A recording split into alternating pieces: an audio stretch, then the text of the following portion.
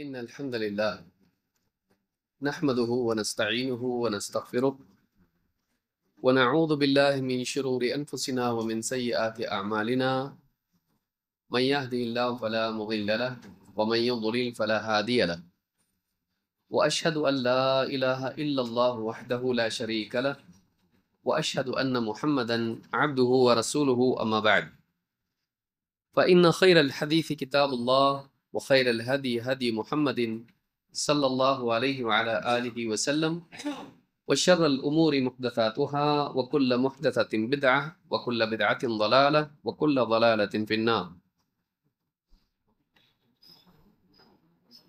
قال الله تبارك وتعالى قل هل ننبئكم بالأخسرين أعمالا الذين ضل سعيهم في الحياة الدنيا وهم يحسبون أنهم يحسنون صنعا. میرے محترم دینی بھائیوں، نوجوان ساتھیوں اور قابل احترام ماں اور بہنوں، خوارج کے اوصاف یا خوارج کا فتنہ اس عنوان کے تحت ایک لمبا سلسلہ دروس کا اسی مسجد الفلاح میں جاری رہا، اور میں سمجھتا ہوں کہ آج اس سلسلے کا آخری درس ہے۔ یہ ایک بہت ہی اہم عنوان تھا جو اس دور کی ضرورت ہے، خصوصاً ایسے دور میں جس میں نوجوان پوری دنیا میں دیکھ رہے ہیں کہ مسلمانوں کے ساتھ مشکل حالات اور پریشانیاں اور اسی طرح سے جنگی حالات جڑے ہوئے ہیں، اور اس دور میں خاص طور سے مسلمانوں کی حالت سیاسی اعتبار سے کمزور ہے۔ اس کا نتیجہ کیا ہے؟ اس کا نتیجہ یہ ہے کہ نوجوانوں کے دلوں میں اسلام اور مسلمانوں کے خلاف جارحیت کرنے والوں کے لیے نفرت اور دشمنی کا پیدا ہونا ایک واجبی چیز ہے۔ مسلمان کی محبت مسلمان کے دل میں ہوتی ہے، اگرچہ وہ ساری انسانیت کے لیے امن کی دعوت دیتا ہے، امن کا اہتمام کرتا ہے، رحم کا سلوک کرتا ہے، لیکن ایک مسلمان کے لیے خصوصی محبت اس کے دل میں ہونا ایک واجبی چیز ہے اور دین کا تقاضا ہے۔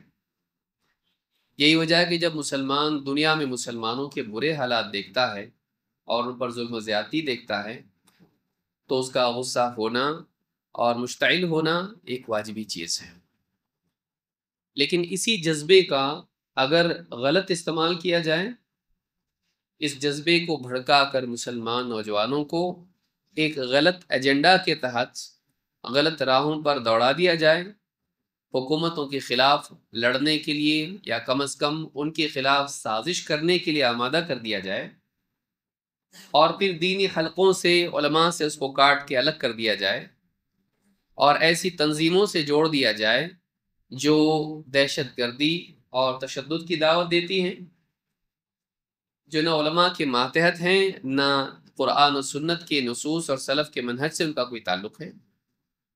ادھورے علم کی بنیاد پر نوجوانوں کو غلط راہوں پر دوڑا دینا جن تنظیموں کا خاصہ ہو، ایسے دور میں اس عنوان کی بہت ضرورت ہے۔ ایسے دور میں جس میں داعش کا فتنہ ساری دنیا دیکھ چکی اور نوجوان اس فتنے سے متاثر ہو سکتا ہے، ہوا ہے، جس میں صحیح اور غلط کی تمیز کرنا بڑا مشکل ہو گیا ہے، کیونکہ ہر آدمی اپنی بات کو صحیح ثابت کرنے کے لیے قرآن کی آیتیں پیش کر رہا ہے، حدیثیں پیش کر رہا ہے، اور پھر اس کی جس طرح سے چاہے تشریحات کر رہا ہے۔ اس میں بہت ممکن ہے کہ ایک نوجوان دھوکہ کھا جائے اور ایسے لوگوں کو جو غلط ہیں صحیح سمجھ لیں، اور ایسے لوگوں کو جو صحیح ہیں بزدل اور پچھڑے ہوئے مان کر چھوڑ دے۔ ایسا دور ہے جس میں سنون خداعہ، حدیث میں جیسے کہا گیا ہے کہ ایسے سال آئیں گے، ایسا دور آئے گا، سالوں سال، خداعہ، خداع کا معنی ہوتا ہے دھوکہ، ڈسپشن۔ ایسے سال ہوں گے، ایسا دور ہوگا، ایسے ایام ہوں گے کہ جس میں کیا ہوگا؟ دھوکہ ہوگا، کنفیوژن کا ماحول ہوگا، صحیح غلط میں تمیز کرنا بہت مشکل ہو جائے گا، کس کی سنوں کس کی نہ سنوں، کس کے پیچھے چلوں کس کو چھوڑوں، آدمی کے لیے بڑی مشکل ہوگی، سمجھنا بڑا دشوار ہوگا۔ ایسے دور میں حق کی وضاحت کرنا علماء کی خصوصی ذمہ داری ہے۔ یہی وہ طبقہ ہے جو اللہ کی طرف سے زمین میں توحید کا گواہ ہے، اور یہی وہ طبقہ ہے جو انبیاء کے وارث ہیں۔ انبیاء کا کام بھی یہی ہوتا ہے کہ لوگوں کو حق اور باطل میں فرق واضح کر کے سمجھائیں، دکھائیں۔ انبیاء کے بعد خاص کر کے فتنوں کے ادوار میں، فتنوں کے دور میں علماء کا کام ہوتا ہے کہ لوگوں کو قرآن و سنت کی نصوص کی تشریح صحیح طریقے سے ایسے انداز میں پیش کریں کہ بات ان کی سمجھ میں آ جائے، حق کو حق ثابت کریں، باطل کو باطل ثابت کریں۔ اسی عنوان کے تحت کئی کتابیں لکھی گئی ہیں اس فتنے سے بچانے کے لیے۔ انہیں میں سے ایک کتاب ہے خوارج کے اوصاف، اوصاف الخوارج جو ہے، ایک کتاب ہے جو شیخ محمد غیث نے، جو UAE کے ہیں، وہاں سے انہوں نے کتاب لکھی ہے، بہت عمدہ کتاب ہے، مختصر ہے اور اس میں دلائل ہیں۔ اسی کتاب کو بنیاد بنا کر یہ اردو میں بھی چھپی ہے۔ اسی اصل کتاب عربی میں ہے، لیکن اردو میں بھی اس کا ترجمہ صوبائی جمعیت اہل حدیث ممبئی سے ہوا ہے، تو وہ PDF کی شکل میں بھی لوگوں کے لیے اویلیبل ہے۔ میں اس لیے بتا رہا ہوں کہ جو لوگ سن رہے ہیں وہ اس کتاب کو حاصل کر سکتے ہیں، آن لائن آپ جا کے تلاش کریں، آپ کو کتاب ملے گی۔ اس دور میں علم کی بہت ضرورت ہے، صحیح علم کی ضرورت ہے۔ بڑا عجیب مسئلہ یہ ہے کہ یہ ایسا دور ہے جس میں علم کا شوق بہت بڑھ گیا لوگوں میں، لیکن اس دور میں علم کے باب میں صحیح معلومات گھٹ گئی ہے۔ بعض اوقات چیزیں اتنی زیادہ ہوتی کہ ڈھونڈنا مشکل ہوتا ہے نا، گھر میں اتنا ساری چیزیں، اتنے سارے کاغذات ہو جائیں، اتنے کپڑے ہو جائیں کہ کون سا پہن کے جاؤں جلدی مل رہا نہیں، کیوں؟ اتنا زیادہ ہے۔ کبھی کبھی زیادہ بھی مصیبت بن جاتا ہے۔ تو آج دنیا بھر کی معلومات عام ہو چکی ہے، انٹرنیٹ کے ذریعے سے، سوشل میڈیا کے ذریعے سے، اور جتنے بھی وسائل انسان کے پاس ہیں، واٹس ایپ کے ذریعے سے، آدمی کے لیے صحیح اور غلط کی تمیز کرنا مشکل ہو گیا ہے۔ چیزیں اتنی زیادہ سامنے آ رہی ہیں کہ فرق کرنا مشکل ہے۔ ایسے دور میں کیا کرے آدمی؟ ایسے دور میں اہل حق علماء سے آدمی جڑے ہیں اور ان کی ماتحتی میں دین کو گہرائی کے ساتھ سیکھیں۔ واٹس ایپ یونیورسٹی سے نہیں، گہرائی کے ساتھ۔ آج ہم ایسے دور میں ہیں کہ آدمی کھانے میں، سفر میں اور علم میں، ہر چیز میں شارٹ کٹ تلاش کر رہا ہے۔ حتیٰ کہ دینی دروس کے بارے میں بھی کوئی آدمی آ کے مشورہ کیا دیتا ہے، اس کی شارٹ کلپ بنیں گے تو بہت اچھا ہوگا۔ تو آدمی چھوٹا چاہیے، اس کو تھوڑا چاہیے، کم وقت میں چاہیے، جلدی چاہیے اس کو۔ لیکن آپ دیکھیں گے کہ جلدی سے معاملہ بگڑ جاتا ہے۔ علم کا اصول یہ ہے کہ جلدی نہیں ہوتا ہے۔ مرغی میں سے، انڈے میں سے چوزا بھی پٹاخ سے باہر نکلتا ہے، یہاں انڈا دیا اور وہاں چوزا نکلا، مرغی کو اس پہ بیٹھنا پڑتا ہے ایک لمبا زمانہ، 19 دن تک بیٹھنا پڑتا ہے اس کو، اس کے بعد اس میں سے چوزا نکلتا ہے۔ پودا پیڑ بننے کے لیے، اس میں پھل آنے کے لیے وقت لگتا ہے، پھل بھی کچا ہوتا ہے، اس کے بعد اس میں رس آنے کے لیے ٹائم لگتا ہے۔ زندگی کا اصول ہے کہ اس میں کچھ کام ایسے ہیں کہ جن میں وقت لگتا ہے۔ یہی چیز ماں کے پیٹ میں بچہ، ٹائم لگتا ہے۔ یہاں حمل ٹھہرا وہاں بچہ ہو گیا، نہیں ہوتا۔ 9 مہینے تک ماں کو پیٹ میں اس کو بوجھ بنا کے لیے پھرنا پڑتا ہے، تب جا کر ایک پھول سا بچہ گود میں آتا ہے، وقت لگتا ہے۔ یہ فرق نہ سمجھنے کی وجہ سے انسان علماء سے دور ہو جاتا ہے۔ اتنے دور سے اتنا لمبا سیریز کون اٹینڈ کرے بھائی؟ مت کرو، نقصان کس کا ہے؟ علماء کا۔ ویسے ہی جیسے کوئی آدمی بولے اتنے سال لگتے پہلی سے 10ویں تک، 10ویں سے 12ویں تک، 12ویں سے 15ویں تک، 15ویں سے اس سے آگے اور آگے ڈاکٹر بننے کے لیے کتنا ٹائم لگتا ہے؟ مت بن، کچھ بھی اپنے دل سے یوٹیوب پہ تلاش کر حکیم صاحب بن جا اور جیل میں پہنچ. دے دیا اس کو پیٹ کی دوا دینے کی بجائے پیٹ کی دوا دے دی, اس کو سر کی دوا دینے کی بجائے پاؤں کی دے دی, کھا کے چلا گیا, الوداع. اور یہ بھی گھر چھوڑ کے جیل میں الوداع. تو بعض اوقات آدمی شارٹ کٹ تلاش کرتا ہے علم کے باب میں. نہیں, یاد رکھیے اس کو, جس میں علم کے معاملے میں صبر نہ ہو اس آدمی کو واقعی علم نہیں ملتا ہے. اس کی بغیر اگر آدمی یہاں سے علمی ٹکڑے ملیں گے, اس کو چھلکے ملیں گے, اس کو کرمز ملیں گے, اس کو ہاں بریڈ کرمز بولتے ہیں نا, وہ مل جائے گا اس کو, لیکن واقعی علم اس کو نہیں ملے گا. اس کو لمبے زمانے تک رہنا پڑتا ہے. وطول زمان, ابن الجوینی کا مشہور شعر امام شافعی کی طرف بھی منسوب ہے. اخی لن تنال العلم الا بستۃ سأنبئك عن تفصيلها ببيان ذكاء وحرص واجتهاد ورغبة وصحبت استاد وطول زمان. میرے بھائی تو علم حاصل نہیں کر سکتا. امام شافعی رحمۃ اللہ علیہ فرماتے ہیں اخی لن تنال العلم الا بستۃ, میرے بھائی تو علم حاصل نہیں کر سکتا جب تک تیرے اندر 6 چیزیں نہ ہو. الا بستۃ سأنبئك عن تفصیلها ببیان, ذرا تفصیل سے تجھ کو میں واضح کر کے بتاتا ہوں کیا 6 چیزیں ہیں. ذکاء وحرص واجتہاد ورغبہ, اور بعض روایات میں وہ بلغہ ہے. وصحبت استاد وطول زمان. ذکاء انٹیلیجنس, حرص ڈیزائر, ذکاء و حرص, واجتہاد محنت, وبلغہ یا رغبہ ایک روایت میں ہے. وبلغہ کا مطلب ہوتا ہے تھوڑے پر راضی ہو جانا, کھانے پینے میں, کپڑے پہننے میں. ہاں بہت زیادہ عیاشی والا ہو تو نہیں ہوتا, وہ پھر درس میں ٹائم پہ بھی نہیں پہنچتا. بہت زیادہ تیار ہونے والا ہو, ہاں یہاں کنگھی وہاں کنگھی, داڑھی صحیح تر, یہ وہ سب ایک دم تیار ہو کے جانے میں لیٹ ہو جا رہا. وہ بلغہ تھوڑا سا کھا لے فروٹ, ہاں الٹا پلٹا کیسی زندگی اپنی گزار کے اصل علم کی مجلس میں پہنچ جائے. وصحبت استاد وطول زمان, آخر کے 2 بہت امپورٹنٹ ہیں, استاذ کی صحبت اور لمبا زمانہ. لمبا زمانہ تب جا کے علم آتا ہے. علماء سال و سال علماء کی مجالس میں بیٹھتے ہیں, وہ ساری چیزیں سیکھتے ہیں, یہاں کی چیز وہاں کی چیز وہاں کی چیز آپس میں کنیکٹ ہوتی ہے, تب جا کر وزڈم پیدا ہوتی ہے.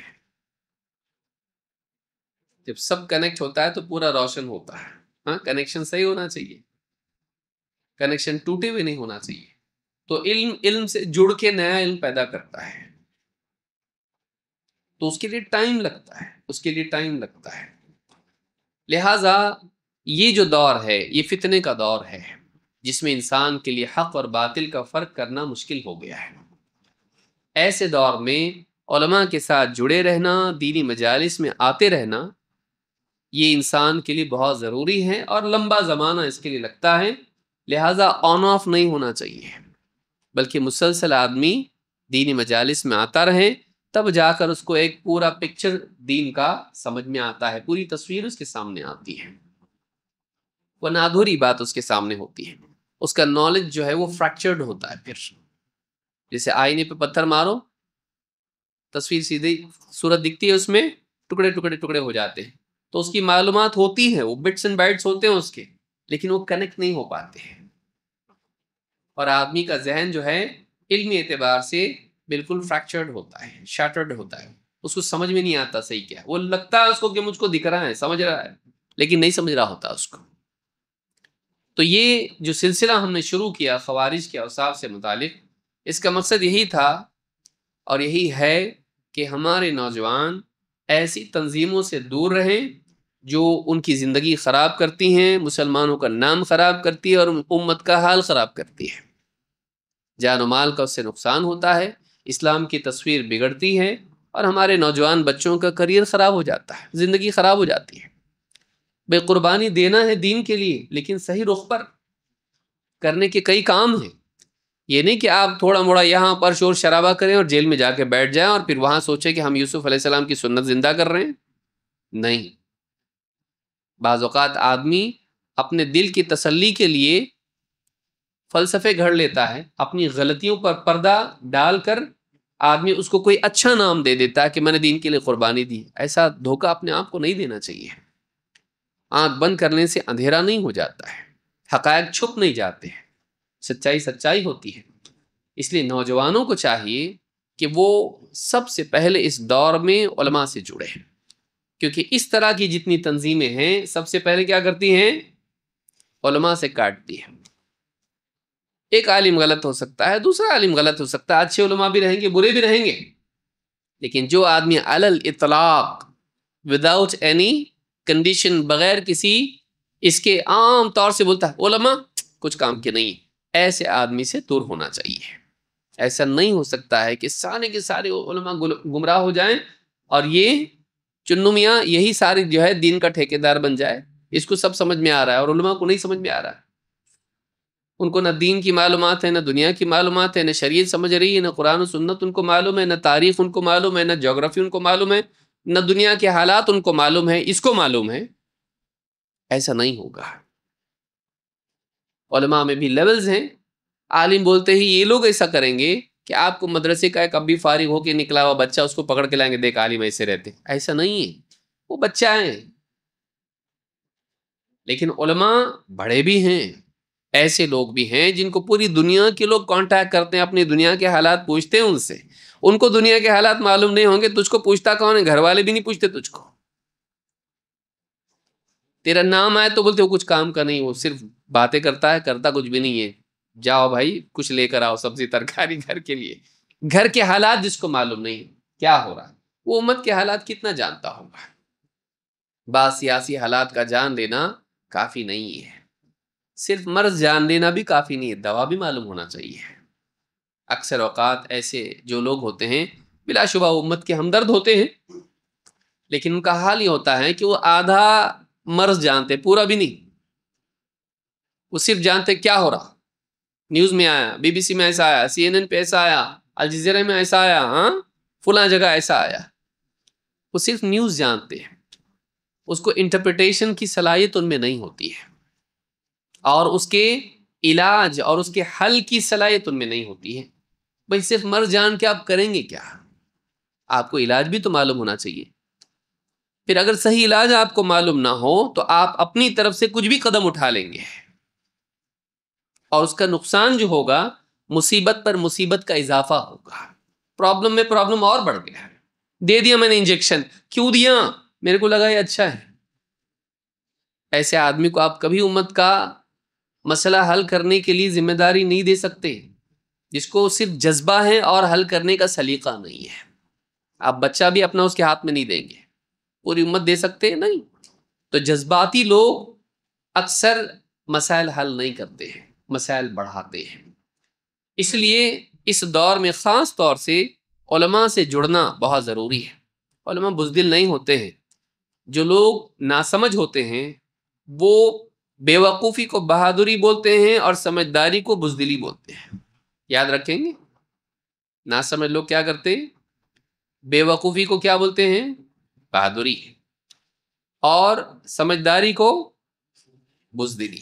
اس کو یاد رکھیے آپ، اکثر ایسے لوگ علماء کو بزدل بولیں گے، اور یہ جو غلطیاں کرتے ہیں اور اس کا جو نقصان ان کو ہوتا ہے اس کو بہادری سمجھتے ہیں۔ آؤٹ پٹ کیا ہے؟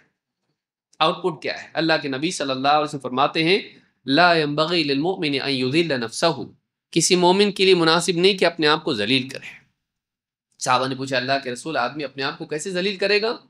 آپ نے فرمایا یتعرض من البلاء لما لا يطيق، وہ ایسی بلا کا سامنا کرنے کے لیے کھڑا ہو جائے جس سے نمٹنے کی اس میں طاقت نہ ہو۔ یہ علم اگر نہیں ہوا آدمی کا تو آدمی بے وجہ ایسی راہوں پر دوڑ پڑے گا اور اپنے ساتھ لوگوں کو لے جائے گا کہ ان کی زندگی خراب ہوگی اور مسئلہ حل نہیں ہوگا۔ مسئلہ حل نہیں ہوا نا بھائی، نہیں ہم کوشش کر رہے ہیں۔ کیا کوشش کر رہے ہیں آپ؟ بٹن ادھر ہے، آپ یہاں دبا رہے ہیں۔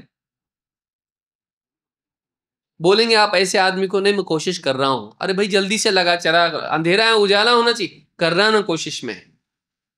پہلے یہ تو دیکھ بٹن کہاں ہے، تو دیوار بھی دبا رہا ہے، دیوار سے دبانے سے کچھ اجالا ہوتا کمرے میں؟ کیسے آپ ہو میں اتنی محنت کر رہا ہوں پھر بھی آپ ہاں بجائے مجھ کو انکریج کرنے کہ آپ مجھ کو ڈسکریج کر رہے ہو، اتنا سب کچھ کر کے بھی کیا فائدہ؟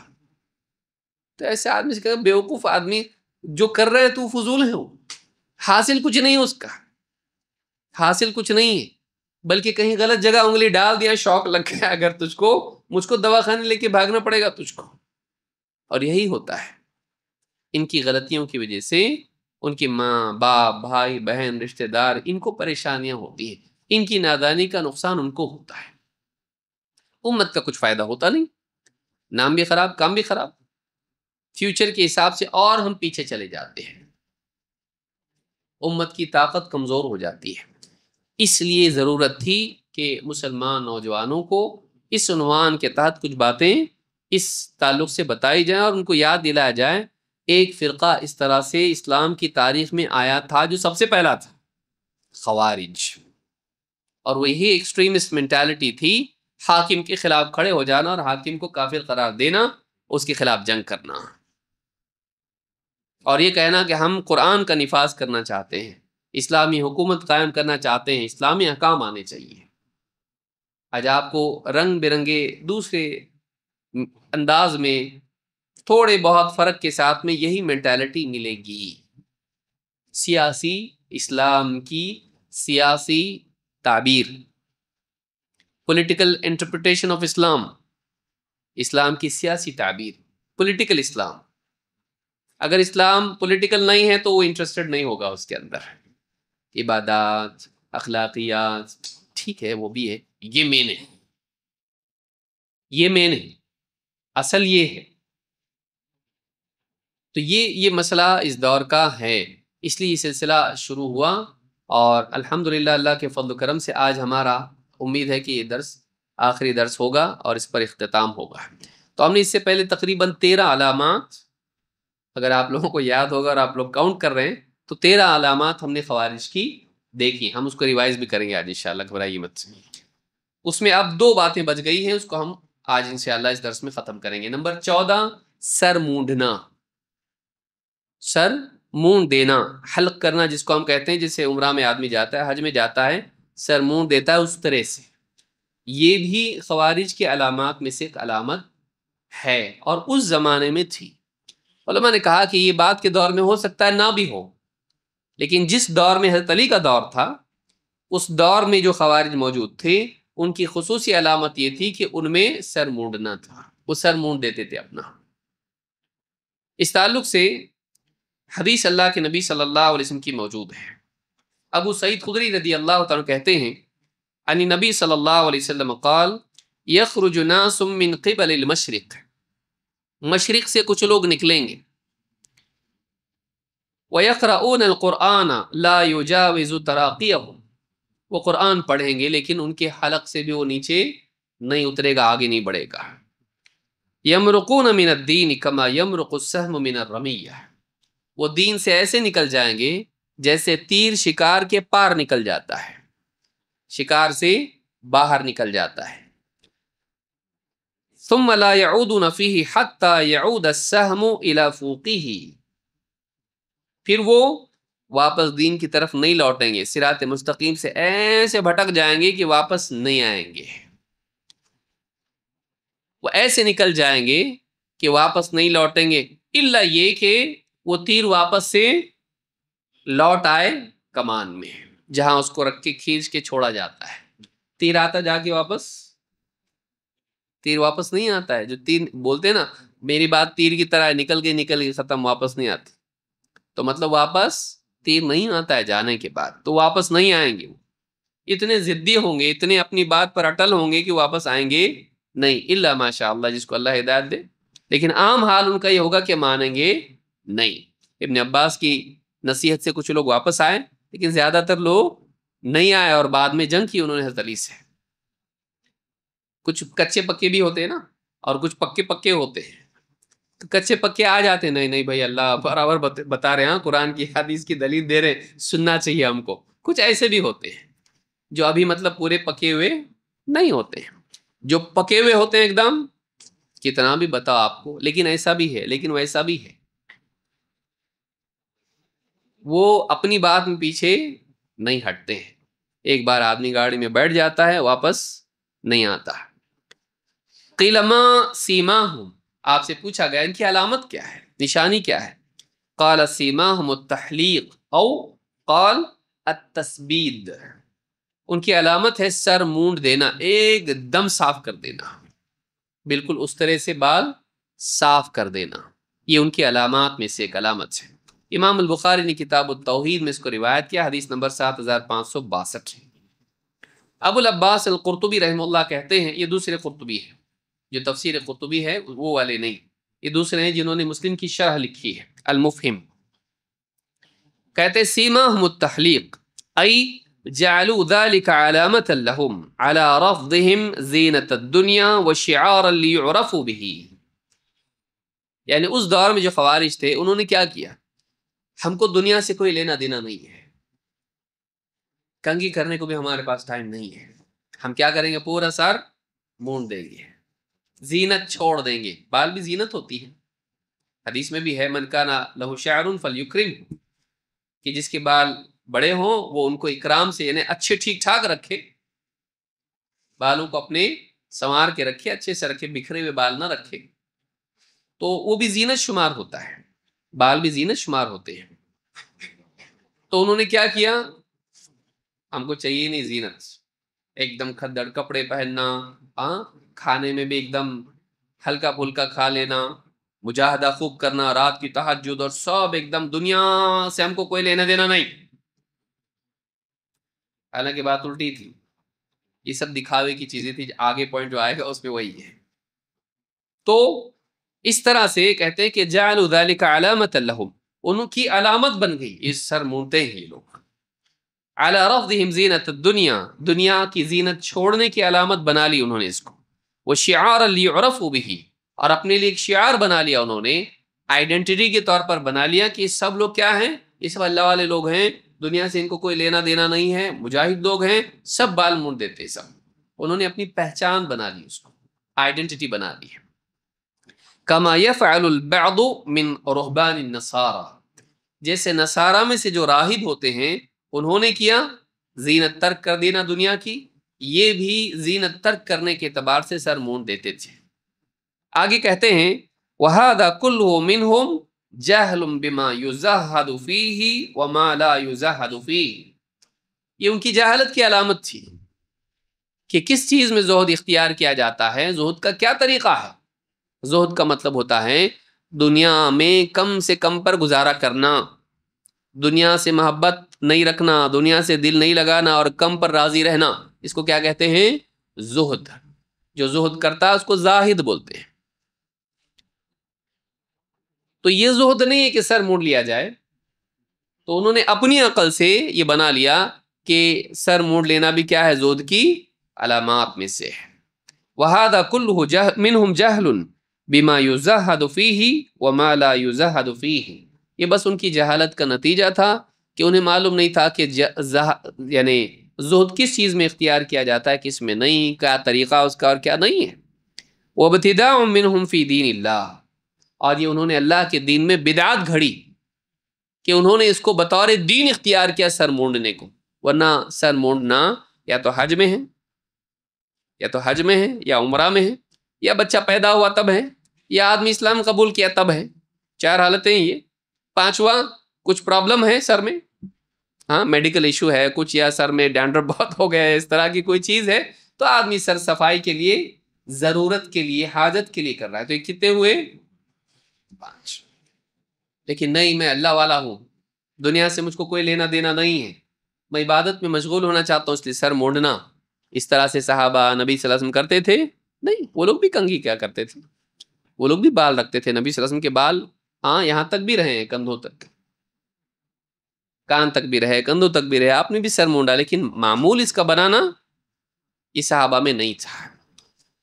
تو سر کے بال مونڈنا حرام نہیں ہے، انسان اگر حاجت کے طور پر کرے تو اس میں کوئی مسئلہ نہیں، لیکن اس کو دین سمجھ کے کرنا اور اس کو زہد بنا لینا، تو یہ چیز اسلام میں نہیں ہے. وہ اس کو بطور زہد اور بطور دین اس کو کرتے تھے.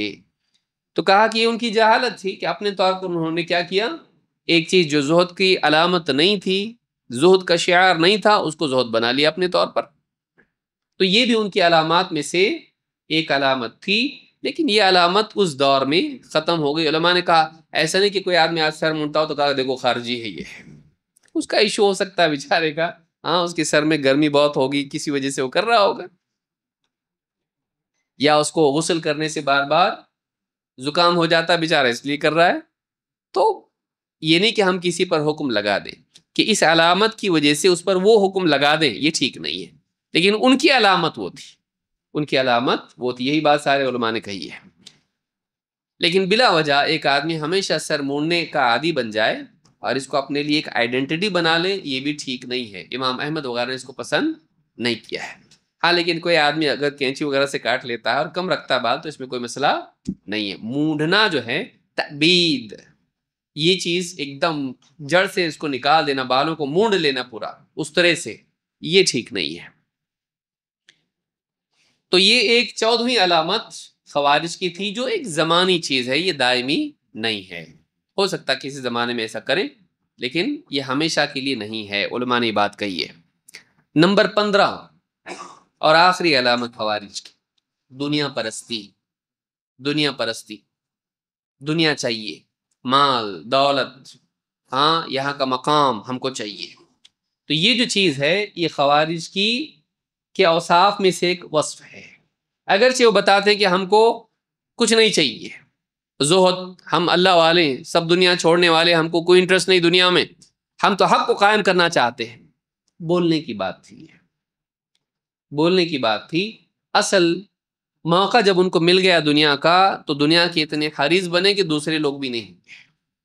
اسی لیے آپ دیکھیں کہ ان کی شروعات ہی جو ہوئی خوارج کی دنیا کے اوپر سے ہوئی. خوارج کی شروعات جو ہوئی ہے وہ مال کی وجہ سے ہوئی ہے. آئیے دیکھتے ہیں. جابر ابن عبداللہ رضی اللہ تعالیٰ عنہ کہتے ہیں اتی رجل رسول اللہ صلی اللہ علیہ وسلم بالجعرانہ.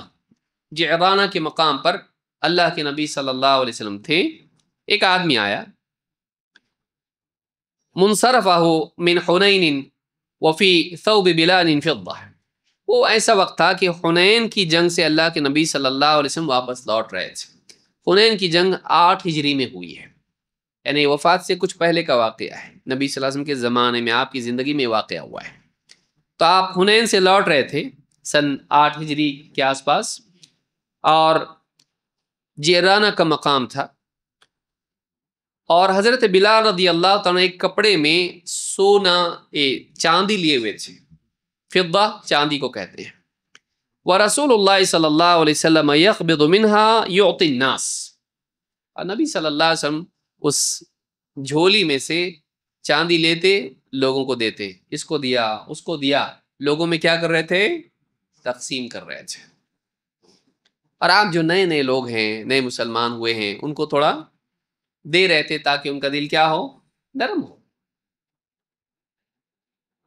تو وہ آدمی آیا اور کیا کہا؟ فقال یا محمد اعدل.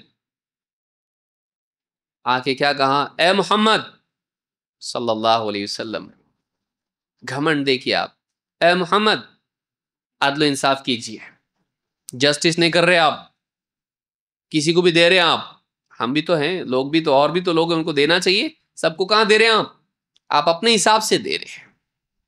اعدل، ایک روایت میں اللہ سے ڈریے. کس کو کہہ رہا ہے؟ اللہ کے نبی صلی اللہ علیہ وسلم. اللہ کا خوف کھائیے اور انصاف کے ساتھ تقسیم کیجیے. کیا ہے یہ سب انجسٹس ہے سب. اعدل. قال ویلک، آپ نے کہا تیرا برا ہو. ومن یعدل اذا لم اکن اعدل. اگر میں عدل و انصاف نہ کروں تو پھر کون عدل و انصاف کرے گا؟ جس کو اللہ نے چنا، جس پر اللہ، جو اللہ کے نزدیک مؤتمن ہے، امین ہے، اگر وہ انصاف نہ کرے تو بتائیے پھر کون انصاف کرے گا؟ آپ نے کہا کہ اگر میں ہی عدل و انصاف کرنے والا نہیں ہوں تو پھر اور کون کرے گا؟ نبی ہی نعوذ باللہ اگر بھٹک جائے، ایسا نہیں ہوتا ہے. تو آپ کے بولنے کا مطلب ہے کہ اگر نبی گمراہ ہو گئے تیرے نزدیک تو باقی بچا کون پھر؟ جو سب سے نیک، سب سے معتمد، اگر وہی بگڑ گیا تیرے نزدیک تو باقی پھر اور بچا کون جو صحیح ہوگا؟ ویلک وَمَن يَعْدِلُ إِذَا لَمْ أَكُنْ أَعْدِلْ لَقَدْ خِبْتَ وَخَسِرْتَ إِذَا لَمْ أَكُنْ أَعْدِلْ. اگر میں ہی عدل و انصاف کرنے والا نہیں ہوں تو ناکام و نامراد ہو گیا پھر. یعنی تو یہ بھی مانتا ہے کہ میں عدل و انصاف نہیں کرتا ہوں اور میرا فالوور بھی ہے. یہ کانٹرڈکشن نہیں ہے کہ تو مجھ کو نبی اور رسول مان رہا ہے, مجھ کو فالو کرتا ہے, یہ مانتا ہے کہ ان کے پیچھے چلنے میں نجات ہے, لیکن یہ بھی مان رہا ہے کہ میں عدل و انصاف والا نہیں ہوں, میرے پاس عدل و انصاف ہی نہیں ہے, میں ظلم کرنے والا ہوں. تو اگر تو میرے پیچھے چلے گا تو کیا ہو گیا؟ اپنے ہی اصول کے حساب سے تو ناکام ہو رہا ہے. ایسے آدمی کے پیچھے چل رہا ہے جو بھروسے کے لائق نہیں ہے. خواہشات انسان کے ذہن میں کانٹرڈکشن پیدا کر دیتی ہے. خواہش پرستی انسان کے ذہن میں تضاد پیدا کر دیتی ہے. فقال عمر بن الخطاب رضی اللہ عنہ دعنی یا رسول اللہ فاقتل هذا المنافق. عمر رضی اللہ تعالیٰ عنہ غصہ ہوئے, کہ اللہ کے رسول مجھے اجازت دیجئے, اس منافق کی گردن اڑا دیتا ہوں, میں اس منافق کی گردن اڑا دیتا ہوں. وقال معاذ اللہ, آپ نے کہا اللہ کی پناہ, ان یتحدث الناس انی اقتل اصحابی, اللہ کی پناہ کہیں لوگ میرے بعد یہ نہ کہنے لگ جائیں کہ محمد صلی اللہ علیہ وسلم اپنے ساتھیوں کو قتل کرتے ہیں, اپنے ساتھیوں کو قتل کرتے ہیں. ان هذا واصحابه يقرؤون القرآن لا يجاوز حناجرهم, یہ اور اس کے ساتھ جو لوگ ہوں گے وہ قرآن پڑھیں گے لیکن قرآن ان کے حلق کے پار نہیں گزرے گا.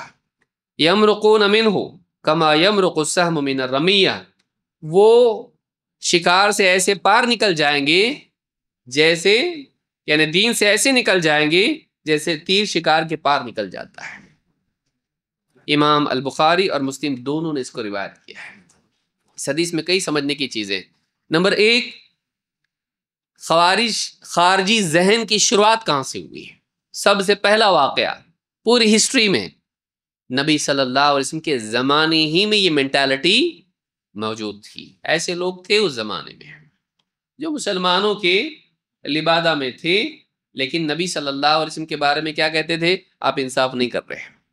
کھڑے ہو کر حاکم کے اوپر تنقید کرنا اور بتانا ہم عدل و انصاف کی جنگ لڑ رہے ہیں, یہ اس زمانے میں ہوا. اور آپ صلی اللہ علیہ وسلم کی جو تقسیم تھی مال کی, اس پر اعتراض اس نے کیا. علماء نے کہا اس میں دونوں پہلو ہیں. نبی صلی اللہ علیہ وسلم علماء کے بھی سردار, انبیاء میں سے انبیاء کے سردار, اور آپ حاکم بھی. تو اس طرح کا طبقہ ہے, دو لوگوں پر ہمیشہ تنقید کرے گا, ایک علماء اور دوسرے حکام. اور اولو الامر کی تفسیر میں بھی یہ دونوں قول ہیں کہ علماء اور حکام یہ دونوں ہیں. تو اللہ کے نبی صلی اللہ علیہ وسلم کی حیثیت دونوں تھی اس وقت میں. آپ معلم بھی تھے, مفتی بھی تھے, اور آپ قاضی بھی تھے, حاکم بھی تھے, نفاذ بھی کرتے تھے. تو یہ جو طبقہ ہے, یہ جو ذہنیت ہے, یہ علماء پر بھی تنقید کرے گی اور حکام پر بھی تنقید کرے گی. آپ بڑی آسانی سے سمجھ سکتے ہیں اس کو. علماء بھی کچھ کام کے نہیں اور حاکم بھی کچھ کام کے نہیں. کیوں؟ ان کے پاس انصاف نہیں ہے, یہ ظلم کر رہے ہیں, یہ شریعت کے مطابق نہیں کر رہے ہیں. یعنی نبی صلی اللہ علیہ وسلم کی جو تقسیم تھی وہ کیا کہہ رہا ہے؟ آپ عدل و انصاف کے حساب سے, یعنی اللہ کے قانون کے حساب سے آپ تقسیم نہیں کر رہے ہیں, گڑبڑ کر رہے, اس میں صحیح فیصلہ نہیں کر رہے آپ. تو اللہ کے نبی صلی اللہ علیہ وسلم پر اس طرح سے اس نے تنقید کی. تو اس طرح کا ذہن اس زمانے میں بھی تھا, اور ایسے لوگ سامنے آئے جنہوں نے تنقید نبی صلی اللہ علیہ وسلم پر کی. اور آپ نے پہلے ہی بتا دیا اس کے ساتھیوں میں سے ایسے لوگ نکلیں گے جو دین سے ایسے نکل جائیں گے جیسے شکار کے پار تیر نکل جاتا ہے اور واپس نہیں لوٹیں گے. عمر بن خطاب رضی اللہ تعالیٰ نے کہا اللہ کے رسول میں قتل کر دوں اس کو؟ آپ نے کہا نہیں. کہیں لوگ ایسا نہ کہنے لگے کہ محمد صلی اللہ علیہ وسلم اپنے ساتھیوں کو قتل کرتے ہیں. اس سے ایک بہت بڑا اصول معلوم ہوا کہ اگرچہ اس نے ایسی بات کہی تھی, آپ نے نہیں کہا نہیں اس کا قتل نہیں کرنا چاہیے, بلکہ آپ نے کیا کہا؟ ایک دوسری مصلحت بتائی کہ کہیں لوگ ایسا نہ کہیں کہ محمد صلی اللہ علیہ وسلم اپنے ساتھیوں کو قتل کرتے ہیں.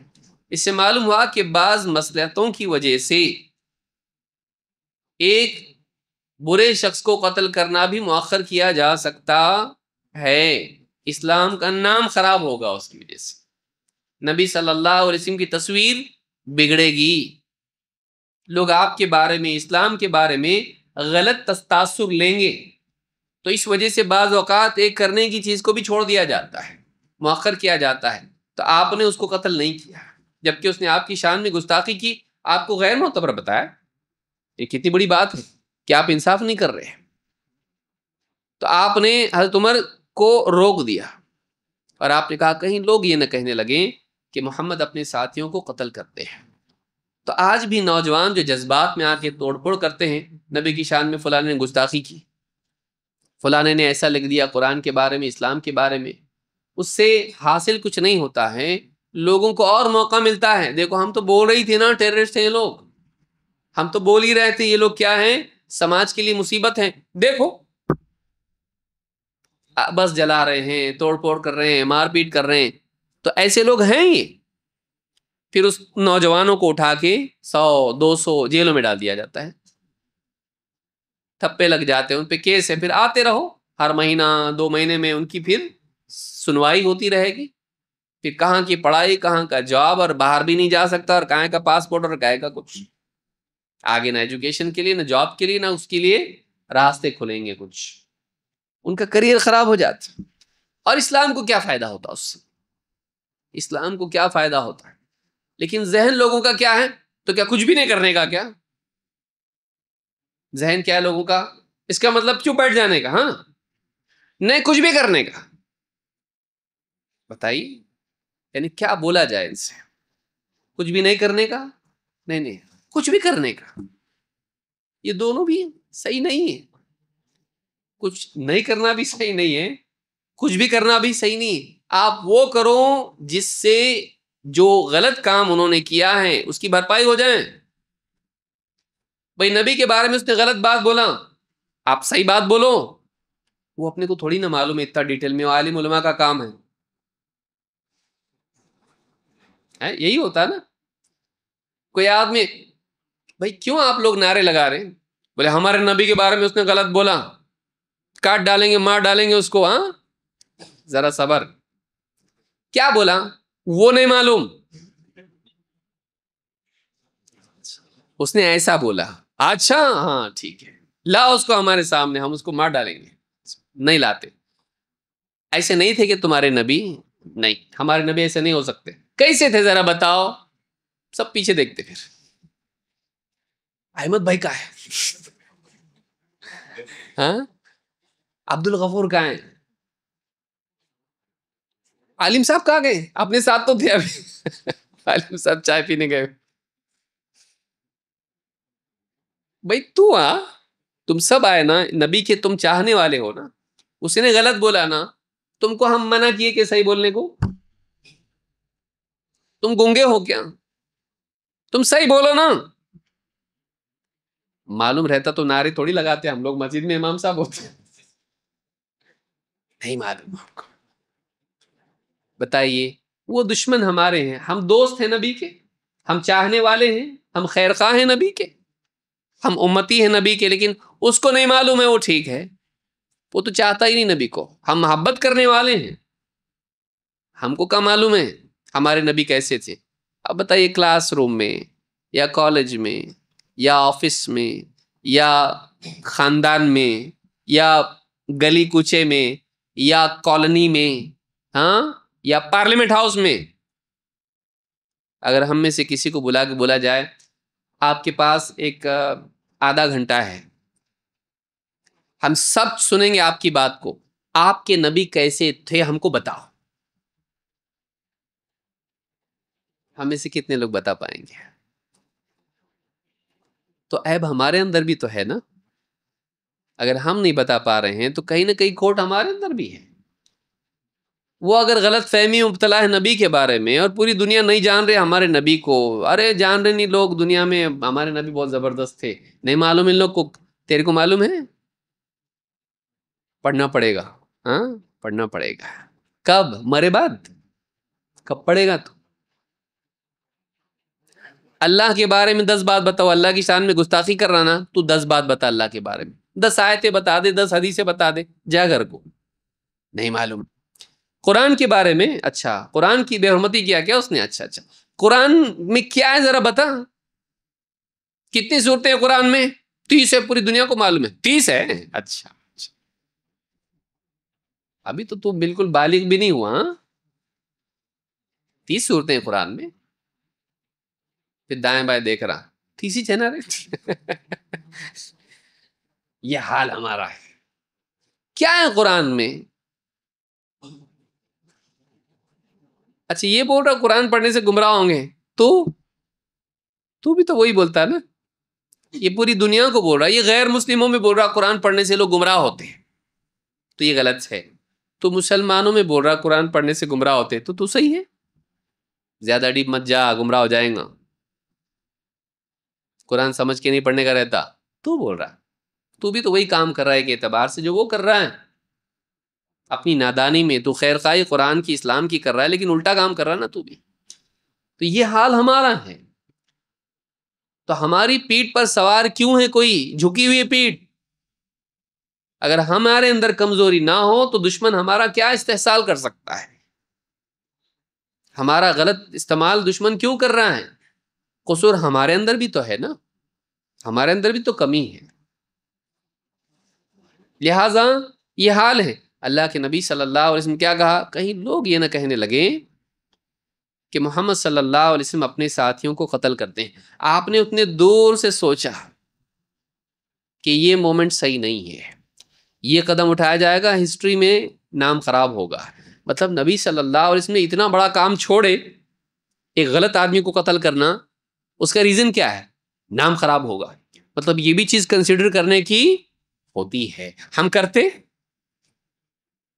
نام خراب ہو یا کام خراب ہو، اپنا غصہ نکالنا ہے اپنے کو، بیوی کا غصہ، بچوں کا غصہ، ہاں سسر کا غصہ، سب کا غصہ نکالنے کا جلسے میں جلوس میں جا کے اپنے کو جو بھی ملا اس کو خوب ماریں گے، پھر دیکھیں گے نہیں یار یہ تو اپنا آدمی ہے، ہاں گاڑی اپنے لوگوں کی جلا دی ہے، بھائی مسلمان تب میں پھنس گیا تھا ٹریفک میں، میری بھی جلا ڈالے گاڑی۔ اللہ ہدایت دے، کرنے کا کام یہ ہے۔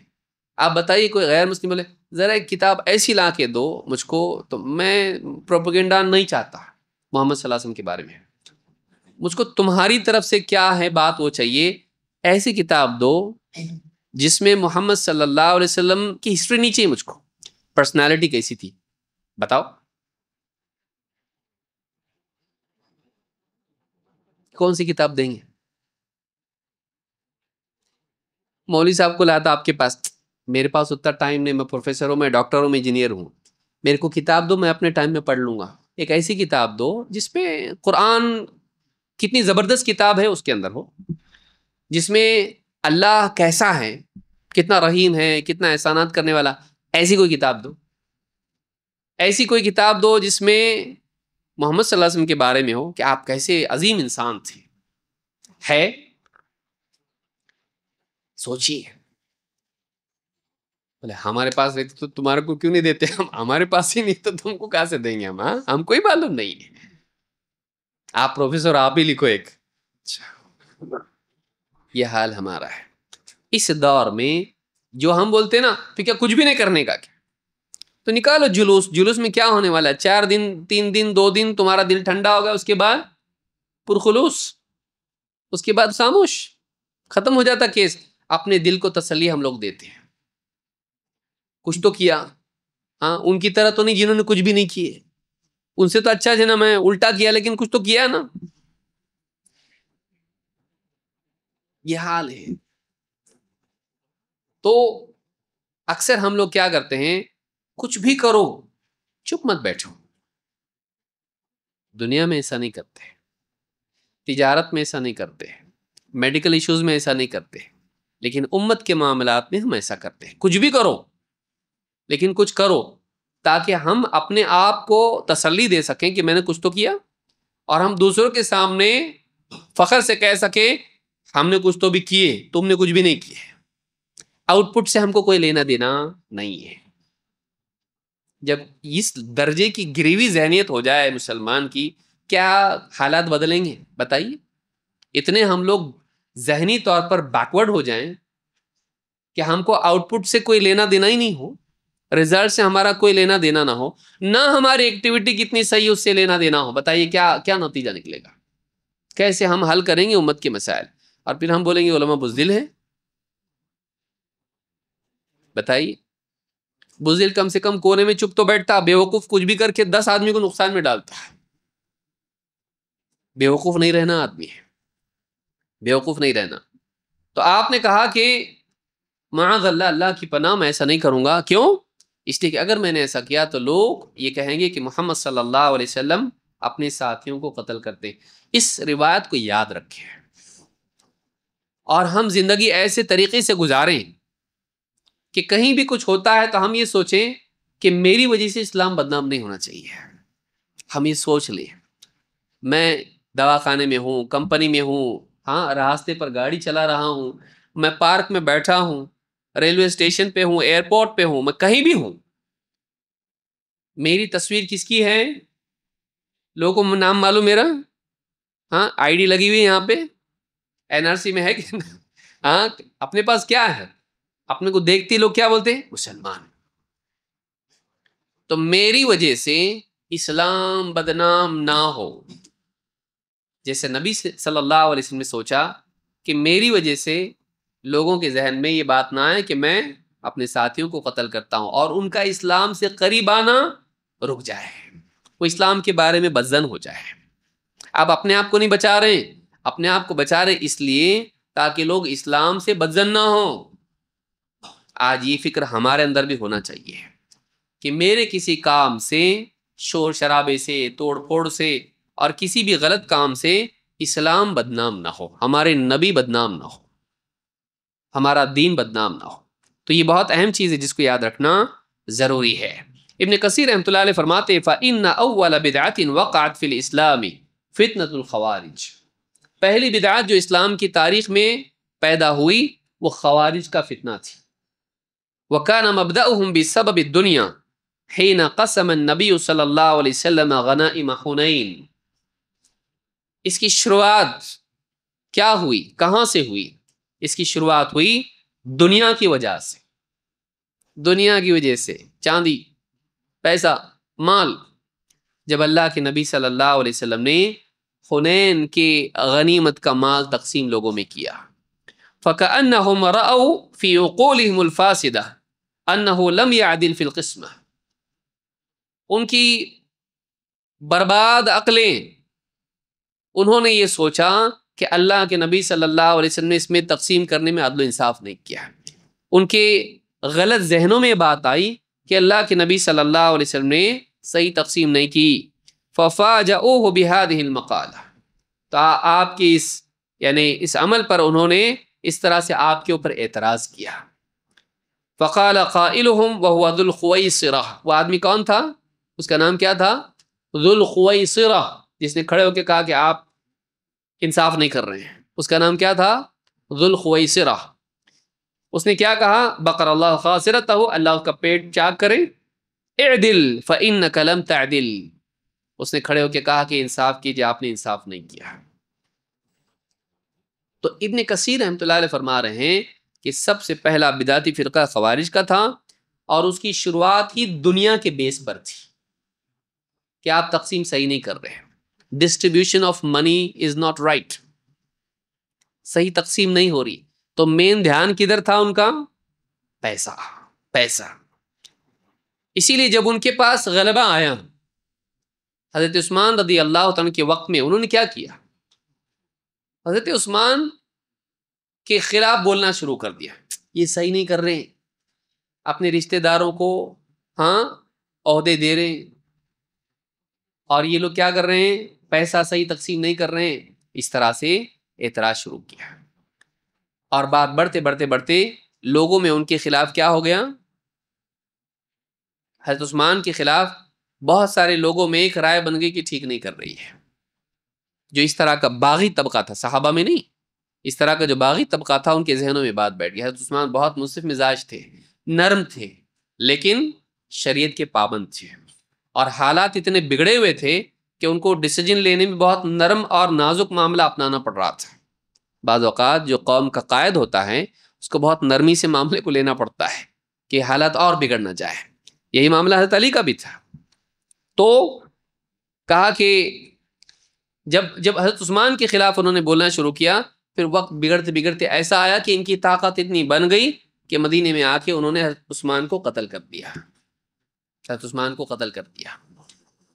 اس کے بعد کا واقعہ ابن کثیر رحمۃ اللہ علیہ فرماتے ہیں ثم مال، ان کو قتل کرنے کے بعد، ثم مال هؤلاء الفجرة على ما في البيت فنهبوه، حضرت عثمان کے گھر میں گھس گئے، ان کو قتل کیا، اور ان کے گھر میں جو بھی چیزیں تھی اس کو مال غنیمت کی طرح لوٹا، اس پر قبضہ کیا. وذلك انه نادى مناد منهم، ان میں سے ایک آدمی نے پکار کے کہا ايحل لنا دمه ولا يحل لنا ماله، یہ کیا بات ہے، ان کا خون ہمارے لیے حلال ہے تو مال کیوں نہیں حلال؟ حضرت عثمان کا قتل کیا اور ان کے گھر میں جو بھی چیزیں تھیں اس کو غنیمت کے طور پر انہوں نے لوٹا. فانتهبوه، انہوں نے سارا ان کے گھر میں جو بھی چیز تھی اس پر قبضہ کر کے اس کو لے کے بھاگے. ثم خرجوا فاغلقوا الباب حتى على عثمان وقتيلين معه، اور پھر باہر نکلے اور دروازہ بند کر دیا. حضرت عثمان ان کے ساتھ دو اور لوگ تھے جن کو قتل کیا گیا تھا. ثم تنادى القوم، اور پھر پکار کے ان لوگوں نے کہا ان ادرکوا بیت المال لا تستبقوا الیہ، چلو بیت المال پر قبضہ کرتے ہیں، کوئی دوسرا وہاں تک تم سے پہلے نہیں پہنچنا چاہیے. بیت المال جو مسلمانوں کا بیت المال ہوتا ہے، ایک تو پہلے ان کے گھر میں ادھم مچائی، قتل کیا اور مال لوٹا، اس کے بعد کہاں رخ کیا؟ بیت المال کی طرف. فسمعهم حفظة بیت المال فقالوا یا قوم النجا النجا، بیت المال کے جو سیکیورٹی تھی، جب انہوں نے دیکھا کہ ایسے جلاد لوگ آ رہے ہیں جن کے دلوں میں کچھ رحم نہیں ہے، تو عثمان کو قتل کر دیا انہوں نے. جب انہوں نے دیکھا کہ اب بیت المال کی طرف آ رہے ہیں تو سیکیورٹی والے بھی کیا کریں، چھوڑ کے بھاگ گئے وہاں سے، اور کہا یا قوم النجا النجا، یا قوم بھاگو بھاگو یہاں سے، اپنے آپ کو بچا لو، اب اپنی جان بچا کے نکل جاؤ یہاں سے. فإن هؤلاء القوم لم يصدقوا فيما قالوا من ان قصدهم قیام الحق، اس لیے کہ یہ لوگ جو آپ آ رہے ہیں بیت المال لوٹنے کے لیے، ان کا دعویٰ سچا نہیں تھا، یہ اپنے دعوے میں سچے نہیں تھے. یہ کہہ رہے تھے کہ ہم حق چاہتے ہیں، حق کو قائم کرنا چاہتے ہیں. سب جھوٹے لوگ ہیں، ان کو حق سے کوئی لینا دینا نہیں ہے، یہ جھوٹے اپنی بات میں. والامر بالمعروف والنہی عن المنکر، ان کا دعویٰ جھوٹا ہے کہ بھلائی کا حکم کرنا چاہتے ہیں، برائی سے لوگوں کو روکنا چاہتے ہیں. وغیر ذلك مما ادعوا انہم انما قاموا لاجلہ، یہ ساری باتیں وہ کر رہے تھے کہ ہم چاہتے ہیں کہ عدل و انصاف قائم ہو، اللہ کی شریعت قائم ہو، حق قائم ہو، امر بالمعروف نہی منکر، سب باتیں تھیں ان کی، یہ سب جھوٹی باتیں تھیں. ان کو چاہیے کیا تھا؟ دنیا، ان کو دنیا چاہیے تھی. وَكَذَبُوا، انہوں نے جھوٹ کہا. انما قصدهم الدنیا، ان کا ارادہ کیا تھا؟ صرف اور صرف دنیا. جو سیکیورٹی والے تھے جب انہوں نے دیکھا یہ تو سب لوٹنے میں لگ گئے لوگ، کہا ہے کہ دنیا نہیں چاہیے ہم کو کچھ بھی نہیں چاہیے، ہم حق چاہتے ہیں، صرف باتیں تھی. وہ یہاں قتل کیا، ان کا گھر لوٹا، بھی بیت المال میں آئے وہاں لوٹا. اور سیکیورٹی نے اس وقت میں کیا کہا کہ جھوٹے لوگ ہیں، ان کا قصد کیا تھا؟ صرف اور صرف دنیا تھا. فانہزموا، وہ چھوڑ کے وہاں سے بھاگ گئے. وجاء الخوارج فاخذوا مال بیت المال وكان فيه شيء كثير جدا. دیکھیے ابن کثیر نے حضرت عثمان کا قتل ہے، حضرت علی سے جنگ وغیرہ ابھی وقت آیا بھی نہیں وہ، لیکن لقب کیا دیا ان کو؟ خوارج. جو حضرت عثمان کے خلاف انہوں نے کیا کیا؟ خروج، وقت کے حاکم کے خلاف جنگ کی، انہوں نے قتل کر ڈالا اس کو. تو کہا وجاء الخوارج فاخذوا مال بیت المال وكان فيه شيء كثير جدا، قتل کر دیا اور سارا مال بیت المال کا لیا، اور کہتے ہیں کہ بیت المال میں بہت تھا، مال بہت تھا، سب لوٹ کے چلے گئے. تو یہ البدایہ والنہایہ میں ابن کثیر رحمہ اللہ نے کہا ہے، جلد نمبر 7 صفحہ نمبر 189. تو اس سے یہ بات معلوم ہوتی ہے کہ ان کا اصل مقصد عموماً دنیا ہوتا ہے. بولنے کے لیے بولتے ہیں حاکم کے خلاف، یہ عدل انصاف نہیں کر رہا، فلانا ملک کا حاکم ہے، صحیح نہیں ہے، لیکن اصل میں ان کے دل میں کیا ہوتا ہے؟ خود ہم کو دنیا ملے، ہم کو مقام ملے. تو یہ بات اہل علم نے کہی ہے، اور یہی سارا مسئلہ عام طور سے ان الحکم الا للہ، حکم کس کا ہونا چاہیے؟ اللہ کا. لیکن جب ان کے پاس طاقت آتی ہے تو یہ کیا کرتے ہیں؟ پھر ان کے نزدیک صحیح اور غلط کی کوئی تمیز نہیں ہوتی، پھر یہ دنیا پر ایسے ٹوٹ پڑتے ہیں جیسے بھوکے کتے ٹوٹ پڑتے ہیں دنیا پر. اللہ ہم سب کی حفاظت فرمائے. تو یہ ابن کثیر رحمۃ اللہ علیہ نے بات کہی ہے.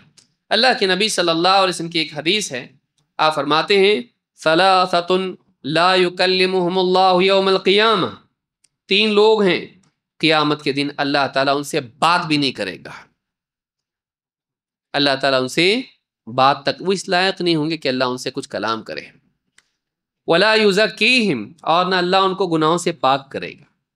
ولہم عذاب علیم، اور ان کے لیے بڑا دردناک عذاب ہے. کون ہیں یہ 3 لوگ؟ رجل علی فضل ماء بالطریق، ایک آدمی جس کا راستے کے کنارے ہی اس کے پاس زائد پانی تھا، اس کے یہاں سے پانی بہہ کے نکلتا ہے اور پانی راستے کے کنارے تھا، اس کے کنٹرول میں تھا. یمنع منہ ابن السبیل، مسافر آتے جاتے ہیں ان کو پینے نہیں دیتا اس میں سے. بھائی اپنی ضرورت پوری کر کے اس کے بعد پانی آگے بہہ رہا ہے اور وہ راستے کے کنارے سے جا رہا ہے. اب مسافر آتے ہیں، راستے سے چلنے والے اس سے پینا چاہتے، اس سے فائدہ اٹھانا چاہتے ہیں، نہیں یہ میرا پانی ہے، جبکہ اس کی ضرورت پوری ہو چکی ہے. اس کی ضرورت کا پانی نہیں ہے، اس کے بعد کا پانی ہے، لیکن نئی لوگوں کو استعمال کرنے دیتا ہے. یہ پہلا آدمی ہے. وَرَجُلٌ بَایَعَ إِمَامًا لَا يُبَایِعُهُ إِلَّا لِدُنْيَا، دوسرا وہ آدمی ہے جو وقت کے خلیفہ یا وقت کا حاکم ہے، اس سے بیعت کرتا ہے. بیعت کرنا ہاتھ پر ہاتھ رکھ کے اس کو اپنا حاکم ماننا ہوتا ہے، بیعت کرنا. تو اپنے وقت کے امام سے اس نے بیعت کی، لیکن بیعت کیوں کی؟ دنیا کی وجہ سے، کہ میں اس کے ساتھ بیعت کروں گا تو مجھ کو بھی کوئی مال ملے گا، انعام ملے گا، پوزیشن ملے گی. ان اعطاہ ما یرید وفى له والا لم یفی له، اگر اس کو جو چاہیے وہ دیتا ہے امام تو وعدہ پورا کرتا ہے، اس کے ساتھ وفا کرتا ہے. اور اگر امام اس کو وہ نہیں دیتا ہے جو اس کو چاہیے تو وعدہ وفا کرتا نہیں، بیعت نبھاتا نہیں ہے. اس کو پیر صاحب کی بیعت مت سمجھیں، پیر کی بیعت ہے اسلام میں نہیں ہے. یہ وقت کا حاکم ہوتا ہے. وقت کا حاکم کا مطلب مسلمانوں کا امیر، گورنر، خلیفہ، وہ بیعت کر سکتا ہے. یہ بھی نہیں کہ کوئی بھی اپنی انجمن بنا کے اس میں کسی کو امیر بنا لے اور تمہاری اب ہم سمعنا و اطعنا، یہ بھی نہیں ہے اس کے اندر. اس کو یاد رکھیے کہ اس کی بنیاد پر جو ہے کوئی اپنے طور پر کسی کو امیر بنا لے اور تمہاری ہم کو ماننا ضروری ہے، چاہے صحیح بولو غلط بولو جو بھی ہو ہم تمہاری مان کے چلیں گے، لازم ہے ہمارے پر فرض ہے، یہ نہیں ہے. اس طرح کی چیزیں اس میں نہیں آتی. مسلمانوں کے حاکم کے لیے یہ ہے.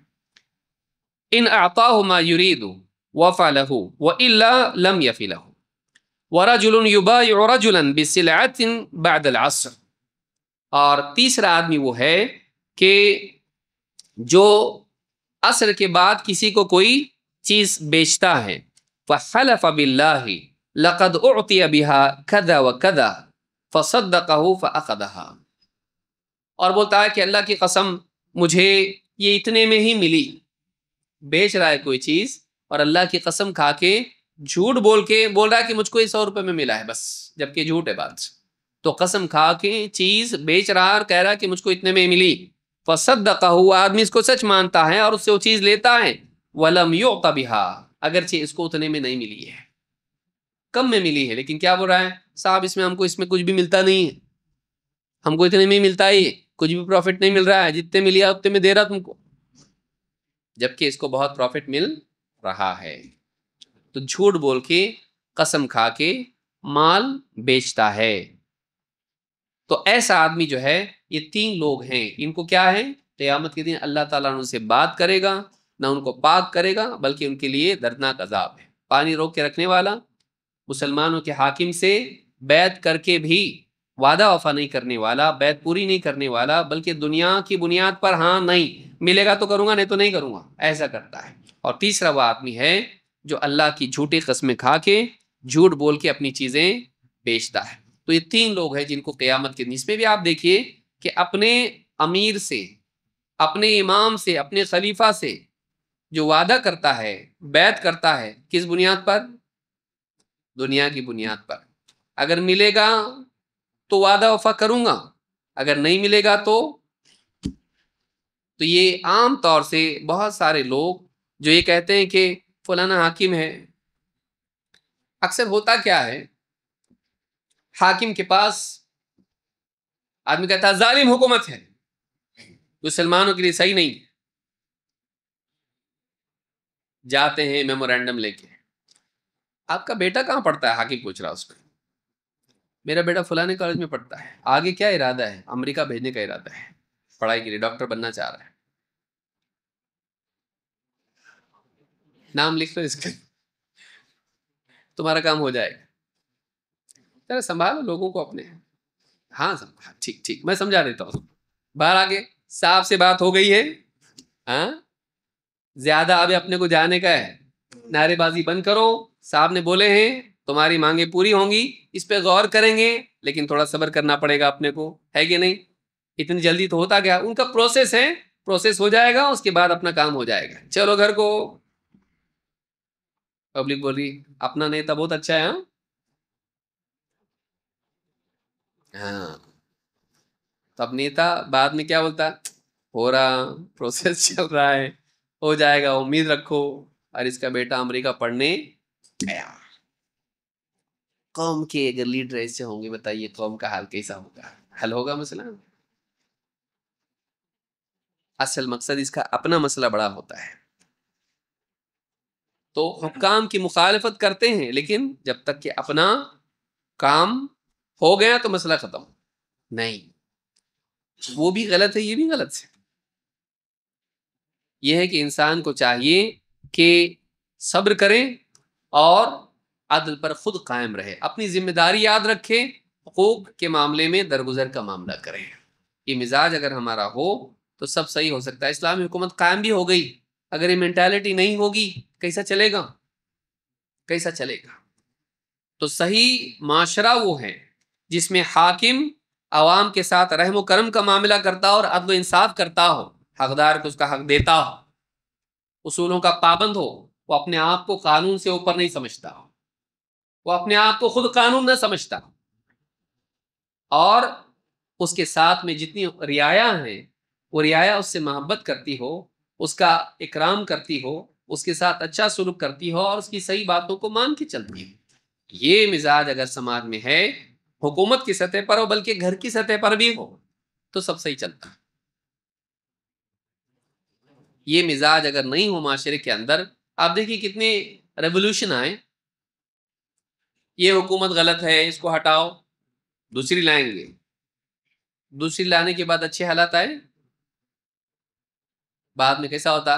اس سے تو وہ اچھا تھا، ابھی تو کھانے کو بھی نہیں مل رہا اپنے کو، ابھی تو روٹی روٹی کو ترس گئے، حالات جنگی ایسے ہو گئے، دواخانے تک کے ٹھپ ہو گئے، راستے خراب ہو گئے، پانی کا نظام نہیں ہے، دواؤں کی اویلیبلٹی نہیں ہے، بریڈ کے لیے لائن لگانا پڑ رہا ہے۔ بعض اوقات آدمی پہلے تھوڑے برے پر راضی نہیں رہتا، اس کے بعد اتنا بڑا برا آتا کہ پھر اس کو برداشت کرنا پڑتا، اور جہاں کہ وہیں ہوتا، پھر کیا ہوتا؟ نئی جو گورنمنٹ آتی ہے اس میں نئے لوگ جو آتے ہیں قبضہ کر کے، پھر وہ لوگ کیا کرتے ہیں؟ وہ ان سے زیادہ کرپٹ رہتے ہیں، پھر وہ فیسلٹی پرووائڈ کرنے میں آدمی دیکھ کے کرتے ہیں، پھر وہ رشوتیں لیتے ہیں، رشوتیں لے کے ان کا کام کرتے ہیں، کیونکہ حالات اتنے تنگ ہو چکے ہوتے ہیں، اسکیرسٹی آ جاتی ہے بالکل، کھانے پینے دواؤں کے اعتبار سے اور اس طرح کی فیسلٹی کے بارے میں، تو اس کے بعد جو آتے ہیں وہاں پر قبضہ کرتے ہیں، پھر وہ کیا کرتے ہیں؟ ان کے ہاتھ میں پاور ہوتا ہے، پھر وہ ان کو ایسے انداز میں دیتے ہیں کہ ان کا اپنا فائدہ پہلے دیکھتے ہیں، یہی چلتا رہتا، پھر ان کے خلاف بغاوت والے ہوتے ہیں، یہ سلسلہ چلتا رہتا ہے، اور سماج نیچے نیچے نیچے نیچے چلا جاتا ہے۔ آپ ملکوں کے حالات دیکھیے، آپ کی سمجھ میں آئے گا۔ جو آدمی تھوڑے برے پر راضی نہیں ہوتا اس کو زیادہ برا دیکھنا پڑتا ہے. یہ جو ہمارے نوجوان ہیں جو حکومتوں کے خلاف اقدامات کرنے ہی کو دین سمجھتے ہیں، علماء کو بزدل مانتے ہیں اور باقی سارے دین کی خدمت کرنے والوں کو نمبر 2 مانتے ہیں، اپنے آپ کو نمبر 1 مانتے ہیں، وہ اپنے کام پر غور کریں، اپنے طرز عمل پر غور کریں، اپنے طرز عمل پر غور کریں. ان کی اپنی زندگی، مسلمانوں کی زندگیاں، اسلام کا نام، اس کو کتنا نقصان ہو رہا ہے اس کی وجہ سے. اور ہم 20 سال میں کتنا آگے گئے. 9/11 کے بعد سے لے کر آج تک کیا پروگریس ہوا بتائیے پوری اوور آل امت کا. پولیٹیکل اعتبار سے، دینی اعتبار سے پروگریس ہو رہا ہے، وہ تو اللہ کا فضل و کرم ہے کہ علماء مستقل محنت کر رہے ہیں، اور اس میں اللہ کے فضل و کرم سے میڈیا کا ایک بہت بڑا دخل ہے کہ میڈیا کے ذریعے سے جو علمی باتیں دنیا میں عام ہوئی تو اس کی وجہ سے لوگوں میں کافی اویئرنیس بھی آیا. لیکن اگر علماء بھی بولتے جانے تو اپنے کو بھی یہ کام کرنا نہیں ہے، چھوڑ دو، یہ سیکنڈری کام ہے، اتنا امپورٹنٹ نہیں ہے، اگر دین کی بات کرنا علماء چھوڑ دیتے، بتائیے کیا ترقی مانی جاتی ہے آج؟ کیا اچیومنٹ ہے ہمارا؟ پولیٹیکل اچیومنٹ کیا ہے؟ کچھ ہے؟ کچھ بھی نہیں.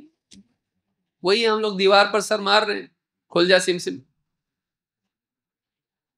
نہیں کھل رہا دروازہ کیونکہ وہ دیوار ہے. غلط جگہ سر پٹک رہا تو بیٹا، غلط جگہ سر پٹک رہا تو نہیں کھلنے والا، وہ دروازہ نہیں، وہ دیوار ہے. یہ حال مسلمانوں کا ہے. اور پھر بیٹھا ہوا ہے اس سے تو اچھا ہے نا سر پٹک رہا میں، لیکن سر پٹکنے سے ہونے والا کچھ، دیوار پہ سر پٹک، کچھ نہیں کرنے سے تو اچھا ہے نا. اور مسئلہ یہ ہے کہ بالکل صحیح بول رہا بھائی، ایسی پبلک بھی ہے یار، کچھ تو کر رہا نا ہو. ارے کیا کر رہا ہوں؟ دیوار پہ سر پٹک رہا ہو، ٹھیک ہے، لیکن کچھ تو کر رہا ہے نا، اس کے جذبے کو حوصلہ دو، اس کو ذرا کچھ تو بھی. ارے اللہ کے بندے، وہ کر کیا رہا ہے؟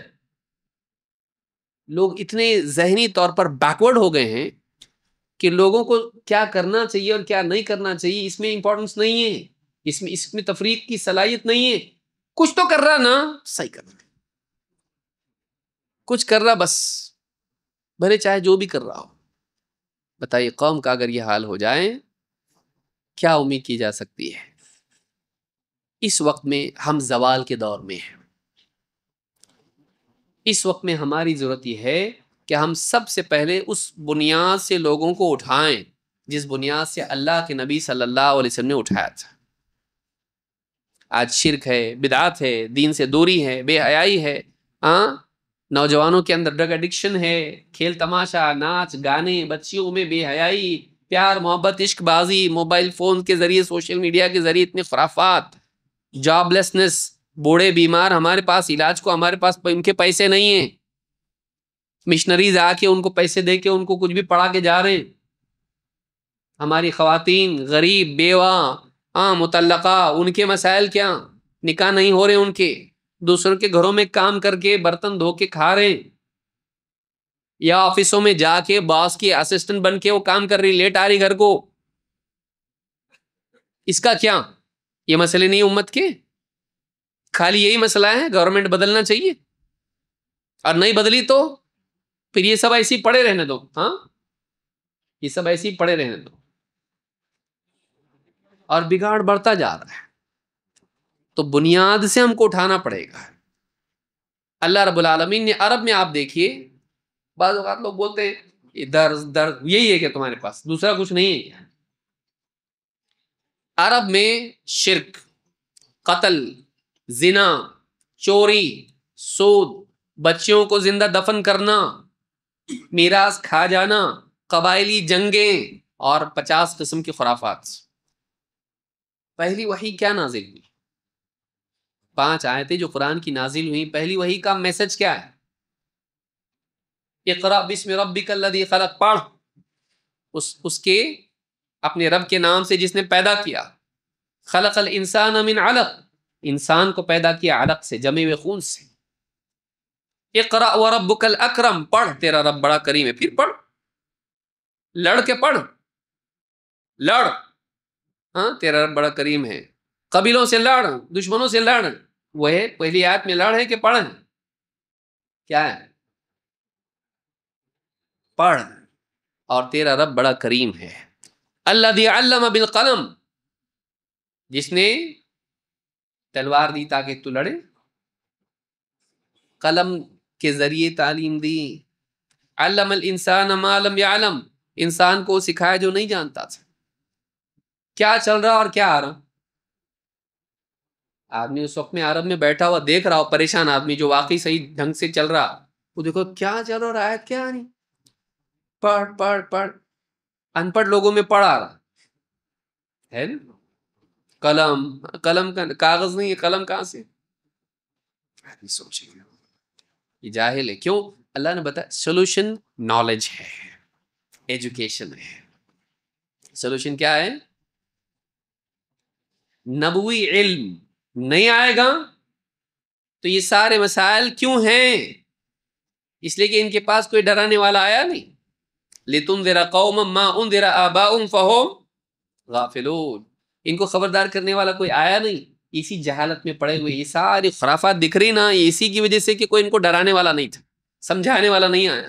اب آیا، اب یہ ان کو ایجوکیٹ کرے گا تو یہ صحیح بنیں گے. تو معلوم ہے کہ ساری مصیبت کا حل کس میں ہے؟ ایجوکیشن. لیکن ایجوکیشن سنتے ہی ہمارا ذہن دوسری طرف پرواز کرنا شروع کرتا. ڈاکٹر بنو، انجینئر بنو. ارے بن، پہلے مسلمان تو بن. اگر تو مسلمان نہیں بنا، ڈاکٹر بنا، انجینئر بنا، بزنس مین بنا اور کچھ بھی بنا، تو اگر مسلمان نہیں بنا تو ڈھنگ کا انسان بھی نہیں بن پائے گا. تو یہ جو ایجوکیشن ہے دین کا، یہاں سے شروعات. یہ جو دروس کا سلسلہ وہی ہے، پڑھ، دین کا علم حاصل کر، صحیح انڈرسٹینڈنگ حاصل کر. کیونکہ انسان اپنی سوچ کے مطابق بنتا ہے، اس کی زندگی اس کی سوچ کے مطابق ہوتی ہے. آپ سوچ کو صحیح کرو، زندگی صحیح ہو جاتی ہے. اب ایک انسان کی جیسا سارے انسان ہیں، پورے سماج میں کئی لوگ ہیں، ان کی سوچ صحیح ہو جائے، ان کی زندگی صحیح ہو جائے، سماج صحیح ہو جائے گا، گندگیاں نکلیں گی. نہیں تو ساری ٹیکنالوجی، سارے وسائل سب رہے گا، لیکن انسان گرا ہوا رہے گا اور پورا سماج گراوٹ کا شکار رہے گا. اس وقت میں کرنے کا کام یہی ہے. سب سے نادان اور نالائق اور نکما آدمی وہ ہے جو دروس کو بے قیمت بتائے. درس کچھ بھی نہیں ہے، دوسرے کام ہے بہت کرنے کے. نکما آدمی یہ نہیں جان رہا ہے کہ مسلمانوں کا حل اس میں ہے، اسی میں مسلمانوں کا حل ہے. صحیح ذہن بنانا لوگوں کا، اس سے بڑھ کے کچھ نہیں. صحیح عقیدہ، صحیح منہج، شریعت کے احکام، اخلاق، یہ جو چیز ہے. اس لیے آپ دیکھیے اتنے فتنے آئے مسلمانوں کے، علماء نے کبھی کام چھوڑا نہیں، کبھی کام چھوڑا نہیں، ہمیشہ کرتے رہے. نبی صلی اللہ علیہ وسلم جنگوں کے حالات میں اس سارا علم کب آیا ہمارے پاس؟ اتنا ہو کے بھی آپ نے ایجوکیشن چھوڑا نہیں مسلمانوں کا. اتنا اہمیت اس کی معلوم پڑتی ہے کہ سفر ہو، حضر ہو، جنگ ہو، کیسے بھی حالات ہوں، آپ کی فیملی کے اتنے ایشوز، آپ کے گھر میں جنازہ ہو رہا ہے، آپ کے بچے کا انتقال، اور پھر بھی ایجوکیٹ کر رہے، کھڑے ہو کے بول رہے ہیں لوگوں یہ جو چاند گرہن، سورج گرہن، لوگوں کسی کی موت سے نہیں ہوتے، پیدا ہونے سے بھی نہیں ہوتے، یہ اللہ کی طرف سے نشانیاں، اللہ ڈراتا ہے تم کو. ایسا ہو تو تم صدقہ کرو، عبادت کرو، نماز پڑھو، اللہ سے دعا کرو، اللہ کی طرف، مسجد کی طرف دوڑو. ہے کہ نہیں ہے؟ آپ کے گھر میں انتقال ہوا ابراہیم، آپ کے بیٹے کا، لیکن اس دن بھی لوگوں میں واقع یہ ایسا اتنی بڑی شخصیت گئی اس لیے ہو رہا. ہاں، سورج گہن، چاند گہن اس لیے ہوتا ہے. آپ نے کھڑے ہو کے فوراً کہا، آپ اتنے دکھ میں ہیں، لیکن آپ نے اس دن بھی کیا کیا؟ ایجوکیشن چھوڑنا نہیں ہے، لوگوں کو بر وقت نصیحت کرنا ضروری ہے. آپ نے اس دن بھی نہیں چھوڑا. یہ کام بڑا کام ہے. پہلی 5 آیتوں کا لیسن یاد رکھیے. اتنی ساری برائیاں ہیں، ان کو ختم کرنے کے لیے ایجوکیشن ہے. لیکن کون سا ایجوکیشن؟ دین کا. دنیا کا اس کے ساتھ ہو، ماشاءاللہ بہت اچھی بات ہے. دنیاوی علوم حاصل کیجئے، دنیا میں ترقی کیجئے، اعلیٰ سے اعلیٰ ترقی کیجئے. آپ ناسا سے آگے جائیے، آپ اگر جا سکتے. کون منع کیا آپ کو؟ قرآن منع کیا، حدیث منع کی. کون منع کیا آپ کو؟ مولوی صاحب منع کیے کبھی؟ نہیں، کوئی منع نہیں کر رہا. وہ جو بول رہے ہیں کہ تم نے دینی علم کو چھوڑ دیا اور دنیاوی علم میں تم آگے جا رہے ہو، اچھا نہیں ہے. یہ اچھا نہیں ہے. تم دینی علم کے ساتھ دنیا میں ترقی کرو، یہ تمہارے وہاں بھی کام آئے گی جہاں تم پہنچو گے، وہاں پہنچو گے تمہارے کام آئے گا۔ لہٰذا دینی علم اصل ہے، اس دور کی بڑی ضرورت ہے۔ اللہ رب العالمین ہم سب کو سمجھ عطا فرمائے۔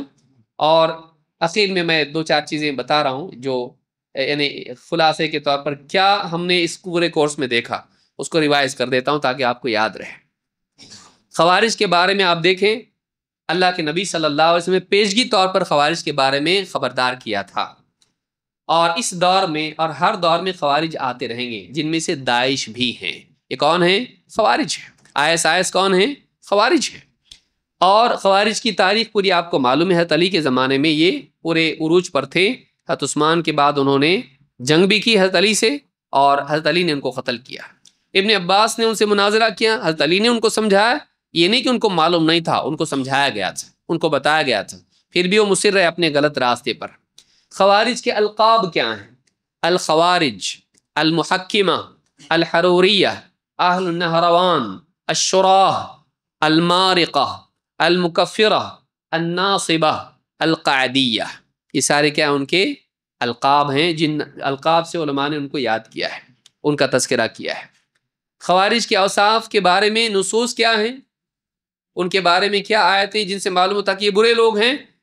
کلاب اہل النار ان کو کہا گیا ہے، جہنم کے کتے اللہ کے نبی صلی اللہ علیہ وسلم نے کہا ان کو۔ یا اسی طرح سے من الذین فرقوا دینہم وکانوا شیعا، جنہوں نے دین میں تفریق کی اور گروہ گروہ دین کو یا مسلمان امت کو تقسیم کیا، ان کے بارے میں یہ آیت نازل ہوئی۔ یعنی پہلے سے جو آیت آئی ہے اس میں یہ بھی مراد اس میں ہے، اس میں یہ بھی فٹ بیٹھتے ہیں، ابو امامہ رضی اللہ تعالیٰ کہتے ہیں۔ یا اسی طرح سے یوم تبیض وجوہ وتسود وجوہ، قیامت کے دن کچھ چہرے روشن کچھ چہرے سیاہ ہوں گے، اس کے بارے میں ابو امامہ کہتے ہیں کہ اس سے مراد خوارج ہے۔ یا فَأَمَّا الَّذِينَ فِي قُلُوبِهِمْ زَيْغٌ، جن کے بارے میں اللہ نے فرمایا کہ جن کے دلوں میں ٹیڑھا پن ہے، وہ متشابہات کے پیچھے چلتے ہیں، ان کلیئر ٹیکسٹ کو بیس بناتے ہیں اپنے آرگومنٹس کے لیے۔ ابن عباس، ابو امامہ رضی اللہ تعالیٰ عنہ کہتے ہیں کہ اس سے مراد خوارج ہے۔ قُلْ هَلْ نُنَبِّئُكُمْ بِالْأَخْسَرِينَ أَعْمَالًا، کیا میں تمہیں بتاؤں کہ عمل میں سب سے زیادہ خسارے میں کون ہیں؟ اس آیت کے بارے میں حضرت علی فرماتے اس سے مراد خوارج ہے۔ الذین ینقضون عہد اللہ من بعد میثاقہ، اللہ سے عہد کر لینے کے بعد اس کو پختہ کر کے پھر توڑ دیتے ہیں۔ کون لوگ ہیں؟ جو زمین میں فساد کرتے ہیں۔ سعد بن ابی وقاص کہتے ہیں خوارج۔ یمرقون من الاسلام، اسلام سے دین سے نکل جائیں گے جیسے شکار کے پار تیر نکل جاتا ہے۔ کون ہیں یہ لوگ؟ خوارج ہیں، اللہ کے نبی صلی اللہ علیہ وسلم فرماتے ہیں۔ فلما زاغوا ازاغ اللہ قلوبہم، اور فاسقین اللہ نے ان کو کہا جب انہوں نے ٹیڑھا پن اختیار کیا، اللہ نے ان کے دلوں کو ٹیڑھا کر دیا۔ کون ہیں؟ اس کے بارے میں سعد بن ابی وقاص کہتے ہیں کہ خوارج۔ خوارج دجال کے ساتھ ہوں گے، خوارج دجال کے ساتھ ہوں گے۔ خوارج سے قتال کی بات آپ نے کہی کہ مگر میں اس زمانے میں ہوتا تو انہیں میں جڑ سے اکھاڑ کے قتل کر کے ختم کر دیتا، اتنی سخت بات آپ نے کہی۔ اسی طرح سے آپ کے بعد میں خوارج کی صحبت کی وجہ سے آپ دیکھیں کئی لوگ گمراہ ہو گئے۔ ایسے لوگوں کی صحبت بھی نہیں ہونا چاہیے ہم کو، ہم نے دیکھا۔ اور اس میں سے ایک مشہور نام ہے عمران ابن حطان، حدیث کے راویوں میں سے۔ یہ ابن عباس اور اسی طرح سے حضرت عائشہ ان سے علم لینے والوں میں سے ہیں، لیکن ایک عورت سے نکاح کیا، خارجیہ سے۔ میں اس کی اصلاح کرنا چاہتا ہوں، ہاں وہ میرے ساتھ رہے گی، سدھرے گی۔ خاندان میں ان کی ایک تھی کوئی خاتون، اس سے نکاح کیا اس کو سدھارنے کے لیے، اس نے ان کو ہی بگاڑ دیا، اور یہ بھی خوارج میں شریک ہو گئے۔ سوچئے، تو ایسے لوگوں کو سدھارنے کے لیے جانا نہیں، پانی میں اترنا نہیں، پانی پاؤں پھسل کے اندر چلا جاتا ہے، 3 فٹ سے سیدھا 10 فٹ میں چلے جاتا ہو، ہاں ڈوب جائے گا، مت بچانے جاؤ اس کو، علماء کے حوالے کر اس کو۔ خوارج کے اوصاف کیا ہیں؟ دور فتن میں، فتنوں کے دور میں ان کا ظہور ہوتا ہے۔ 2، کم عمر ہوں گے، کم عقل ہوں گے، زیادہ ڈیپتھ ان کو نہ دنیا کی معلومات ٹھیک سے ہوگی، زندگی کا تجربہ نہیں ہوگا، اور عمر بھی کم ہوگی، دین کی بھی سمجھ زیادہ نہیں ہوگی۔ 3، قرآن کا صحیح فہم ان کو نہیں ہوگا، قرآن کی آیتیں فٹ کریں گے، جہاد کی، جنگ کی اور کفر کی، تکفیر کی، لیکن غلط جگہ فٹ کریں گے، قرآن کا صحیح فہم نہیں۔ 4، خود پسندی، میں ہمیشہ صحیح رہتا، باقی سب لوگ ہمیشہ یا تو غلط رہتے یا تو آدھے صحیح رہتے ہیں، لیکن ہمیشہ سے کون رہتا؟ اس میں بھی کوئی پہچاننے کی بات ہے. میں ہمیشہ صحیح رہتا ہے. وہ کبھی مانتے نہیں. علماء کو بھی کچھ نہیں سمجھتا, فلاں کو کچھ نہیں سمجھتا, میں ہمیشہ صحیح رہتا, میں کبھی غلط نہیں ہوتا. یہ خوارج کی علامت ہے, خود پسندی. نمبر 5, عبادات میں غلو اور تشدد. ان کے گٹے, ہاں گھٹنوں پہ ہاتھ اور گٹے اتنے سدے, اتنی قرآن کی تلاوت, اتنا مجاہدہ, عبادات بہت, لیکن غلو کی حد تک عبادات, لیکن دین کا صحیح فہم نہیں. خالی عابد کوئی ہو تو اس کے چکر میں آنا نہیں, کتنا اللہ والا ہے, نہیں, سمجھ بھی صحیح ہونا چاہیے. نمبر 6, عقل اور خواہش کی بنیاد پر سنت کی مخالفت. یعنی اگر سنت ان کے عقل کے خلاف ہو, حدیث صحیح نہیں ہے, یا حدیث عقل میں نہیں آ رہی, یا قرآن سے ٹکرا رہی, یہ مینٹالٹی ان کی ہوگی. ائمہ اور حکام پر جرح اور ان کے عیوب کو عام کرنا. جو علماء ہوتے ہیں یا مسلمانوں کے حاکم ہوتے ہیں, کھلم کھلا ان کے بارے میں بری بات بول کے لوگوں کو ان کے خلاف بھڑکانا, یہ خوارج کے اوصاف میں سے. نمبر 8, مسلمانوں سے کٹ کے رہنا, ایک چھوٹا سا گروپ بنا کے رہنا, اور مسلمانوں سے, عام مسلمانوں سے کٹ کے سیکریسی اپنانا, اور اس میں ڈسکشن آئیں گے, گورنمنٹ ایسا ہو رہی, یوں ایسا ہو رہا, سیکرٹ گروپ ایسا بنا کے رہنا. سیکریسی, مسلمانوں سے جسدی و معنوی مفارقت. تکفیر کے معاملے میں جرات مندی, مسلمانوں کی تکفیر کرنا, اگر ہم سے موافقت نہیں کرتے کافر, فلاں چیز نہیں مانتے کافر, وہ حاکم کافر, ان کے ساتھ علماء ہیں وہ بھی کافر. تکفیر میں بے احتیاطی. نمبر 10, محکم کی بجائے متشابہ کی پیروی. جو کلیئر باتیں ہیں ان کو ڈراپ کر دینا, لیکن جن باتوں میں سے اپنا مطلب نکالا جا سکتا ہے, جو کلیئر آیتیں نہیں ہیں, جو کلیئر حدیثیں نہیں ہیں, ان کو بیس بنا کے امت میں اپنے افکار کو پھیلانا. نمبر 11, رازداری اور خفیہ اقدامات. سیکریسی, سیکرٹ میٹنگ, سیکرٹ یہاں جانا وہاں جانا, اور اس طرح سے سیکرٹ میں اپنے افکار کو پھیلانے کی کوشش کرنا. نمبر 12, مشرکین کو چھوڑ کر مسلمانوں کو قتل کرنا, جو پچھلے درس میں ہم نے دیکھا کہ انہوں نے کسی دوسرے سے جنگ نہیں کی, جنگ کی تو مسلمانوں کی خلیفہ سے کی ہے. تو مشرکین کفار کی دشمنی کی بجائے خود مسلمانوں کے دشمن بن جانا اور ان کے قتل پر درپے ہو جانا.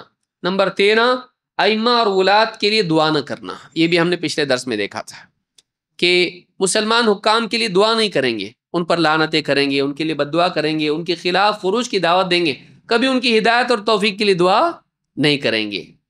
نمبر 14, دنیا پرستی. دنیا پرستی, دنیا دنیا دنیا, ان کو دنیا چاہیے, ان کو عہدہ چاہیے, ان کو مال چاہیے. نمبر 15, سر مونڈنا, جو کہ اس دور کے خوارج کی علامات میں سے تھی. تو یہ کچھ باتیں ہم نے دیکھی. یہ ہمارا کورس مکمل ہو گیا. انشاءاللہ ہم اس کے بعد دوسرا کورس شروع کریں گے. اللہ رب العالمین ہم سب کے جمع ہونے کو قبول فرمائیں, اور ہم کو مزید دین کا علم حاصل کرنے کی توفیق دے, اور گمراہ تنظیموں سے ہم سب کی حفاظت فرمائیں.